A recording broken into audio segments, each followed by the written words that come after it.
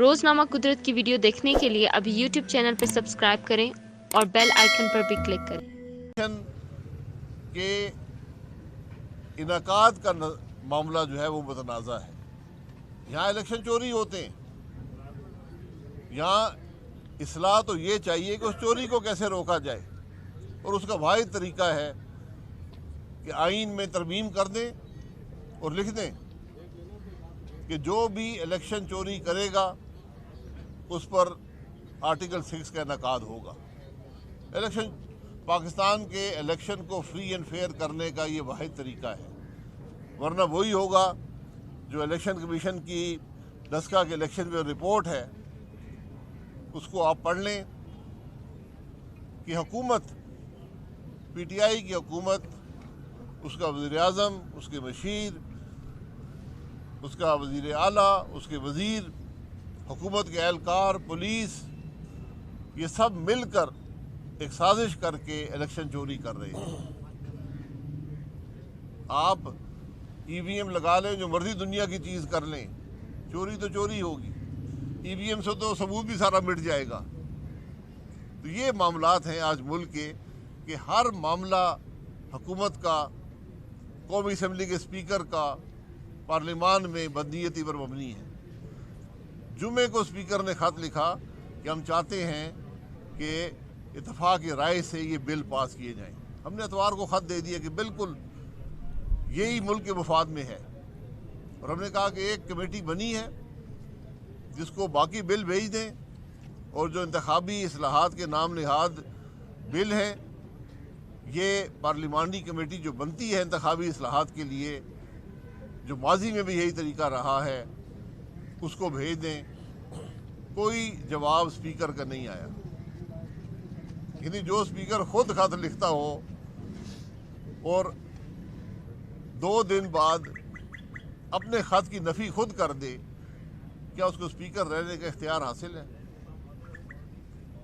جب اسمبلی کے اندر بات بھی نہ ہو سکے تو وہ پارلیمان کا مقصد کیا ہے؟ پارلیمان کا مقصد عوام کے مسائل کی بات کرنا ہے، ملک کے معاملات کی بات کرنا ہے۔ ایک خرابی نظر آ رہی ہے، بات تو سن لیں، وہاں بات کرنے کا موقع بھی نہیں ہے۔ اور جو ووٹنگ ہوئی وہ بھی دھاندلی ہوئی۔ یعنی جس ووٹ سے ملک کے الیکشن کا نظام بدلا گیا، اس ووٹ میں بھی دھاندلی کی گئی۔ یہ آج ہماری پارلیمان کے حالات ہیں، اور وہاں پر ہم نے کل بھی کہا کہ 35 سال سے قومی اسمبلی کے اندر ایک الیکٹرانک ووٹنگ کا نظام لگا ہوا ہے۔ آج تک کوئی قومی اسمبلی کی ووٹ اس الیکٹرانک نظام سے نہیں ہو سکی۔ اگر 342 لوگوں کی ووٹ الیکٹرانک نظام سے نہیں ہو سکتی، اور کل بھی نہیں ہو سکی، تو پھر 23 کروڑ عوام کی ووٹیں کیسے یہ فرسودہ ای وی ایم کا نظام جو ہے یہ الیکشن کروائے گا؟ یہ سب الیکشن چوری کرنے کا منصوبہ ہے۔ باتیں اور بھی بہت سی ہیں، بہرحال باقی آپ کے سامنے جو دوسری سرکس ہے کہ ملک کے سابقہ چیف جسٹس پر الزام لگا ہے کہ وہ الیکشن کے معاملے میں مداخلت کر رہے تھے، وہ بیل کے معاملے میں ہائی کورٹ میں مداخلت کر رہے تھے۔ اس کا کوئی جواب ہے کسی کے پاس؟ کوئی کمیشن بنا ہے؟ کوئی سپریم جوڈیشل کونسل نے دیکھا ہے؟ کوئی سو موٹو اختیارات استعمال ہوئے ہیں؟ ہم ایک بلڈنگ گرانے پر سو موٹو اختیارات استعمال کر سکتے ہیں، لیکن جب ملک کا معاملہ آتا ہے، عوام کا معاملہ آتا ہے، جب الیکشن کی چوری کا معاملہ آتا ہے، جب انصاف کے نظام میں مداخلت کا معاملہ آتا ہے، تو ہم سو موٹو اختیارات بھول جاتے ہیں۔ یہ تاریخ کے سبق ہیں، یہ تاریخ، یہ سب معاملے یہ نوٹ کرتی ہے۔ یہ معاملے عوام کے سامنے آئیں گے ایک دن، لیکن آج انصاف کے نظام، امتحان انصاف کے نظام کا ہے۔ آج چیلنج ہے اس ملک کی اعلیٰ عدلیہ کے لیے کہ عوام کا اعتماد انصاف کے نظام پر بحال کریں۔ शुक्रिया जी। जी खागर भाई साहब, ये बताएं कि अभी तक आपने जो बातें की वो बिल्कुल ठीक होंगी, मगर हुकूमत का ये दावा है कि हमने हर महाज पर इनको शिकस्त दे दी है, असम्बली के अंदर भी असम्बली के बाहर भी। ना पीडीएम का कोई वजूद नज़र आ रहा है, ना अपोजिशन का बज़ाहिर कोई वजूद नज़र आ रहा है, स्टेज पर भी आप नहीं हैं। अब क्या आपके पास ऑप्शन है? असम्बली के अंदर और बाहर शिकस्त होती है? ऑप्शन अवाम के पास होता है, मेरा नहीं होता। मैं इक़्तिदार में हिस्सा नहीं मांग रहा, मैं मुफाद नहीं मांग रहा, मैं मुल्क की बात कर रहा हूँ। आज अवाम महंगाई की चक्की में नहीं पिस रहे। आज मुल्क के हालात क्या हैं? आज हमारे मुल्क का फी का सामदन जो है वो $1200 है, बांग्लादेश की $2600 है। ये पाकिस्तान की फतह है या शिकस्त है? तो सियासत में फतह और शिकस्त नहीं होती, फतह और शिकस्त अवाम की होती है। अवाम को शिकस्त देने वाले हमेशा खुद तबाह होते हैं। जनाब सर, पाकिस्तान के अंदर जो इलेक्शन इंतखाबात का जो मामला है वो काफ़ी मुतनाज़ा भी रहा है और उसके बाद काफ़ी तलख भी रहा है। 70 में जिस इलेक्शन को मुतनाज़ा बनाया गया उसके बाद पाकिस्तान 2 टुकड़ों में तकसीम हो गया। ये प्रैक्टिस कहा जाता है कि कभी तक जारी है। अब इस तरह देखें पाकिस्तान के फ्यूचर, क्या दोबारा वही कोशिश हो रही है जो 70 में हुआ था? देखिए, बात ये है कि तारीख के सबक तो हम भूल जाते हैं ना। 24 साल जब कायद-ए-आज़म ने पाकिस्तान बनाया, उसके 24 साल के बाद पाकिस्तान की अक्सरियत इस मुल्क को छोड़कर चली गई एक इलेक्शन पर। आज अगर आप इलेक्शन के निज़ाम को जो मुतनाज़ा है,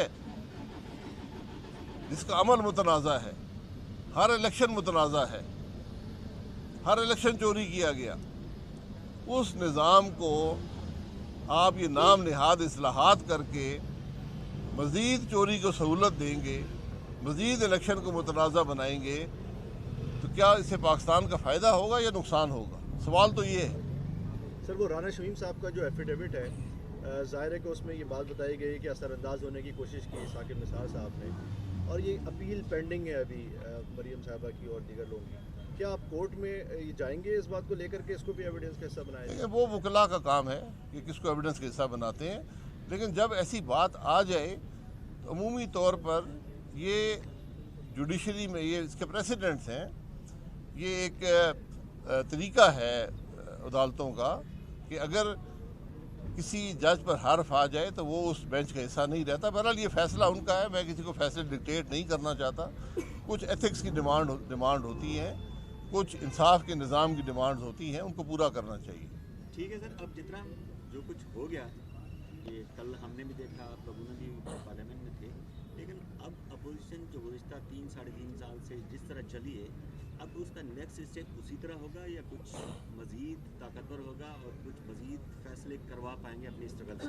देखिए, अपोजिशन जो होती है वो मुल्क के मसाइल अवाम के सामने रखती है, हुकूमत की नाकामी अवाम के सामने रखती है।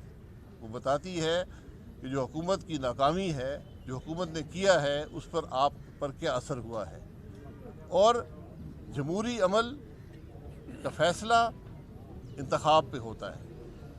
आज मुल्क के मसाइल का वाहिद हल है कि फौरी और शफाफ इंतखाबात हों, और कोई हल नहीं है नहीं हो रहे पाकिस्तान के मामले।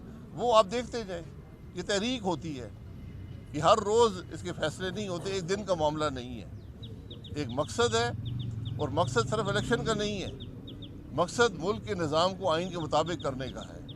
आप 100 इलेक्शन करा लें, जब इस मुल्क में आइन की बालादस्ती नहीं होगी, आइन तोड़ा जाएगा। आपके सामने देख लें, एक पिटीशन आई है, चीफ जस्टिस ने दी है GB के, और उसने कहा है कि पाकिस्तान के चीफ जस्टिस ने मेरे सामने इलेक्शन के मामले में मुदाखलत की और इंसाफ के मामले में मुदाखलत की। क्या आइन नहीं तोड़ा गया?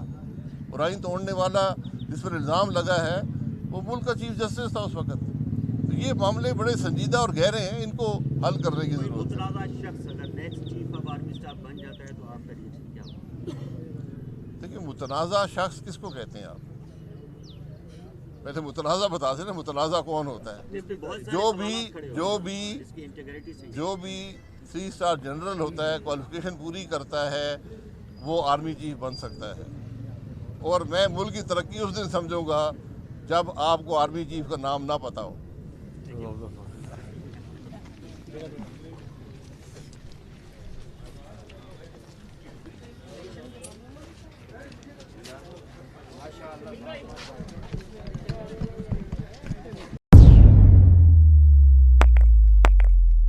रोज़नामा कुदरत की वीडियो देखने के लिए अभी YouTube चैनल पर सब्सक्राइब करें और बेल आइकन पर भी क्लिक करें।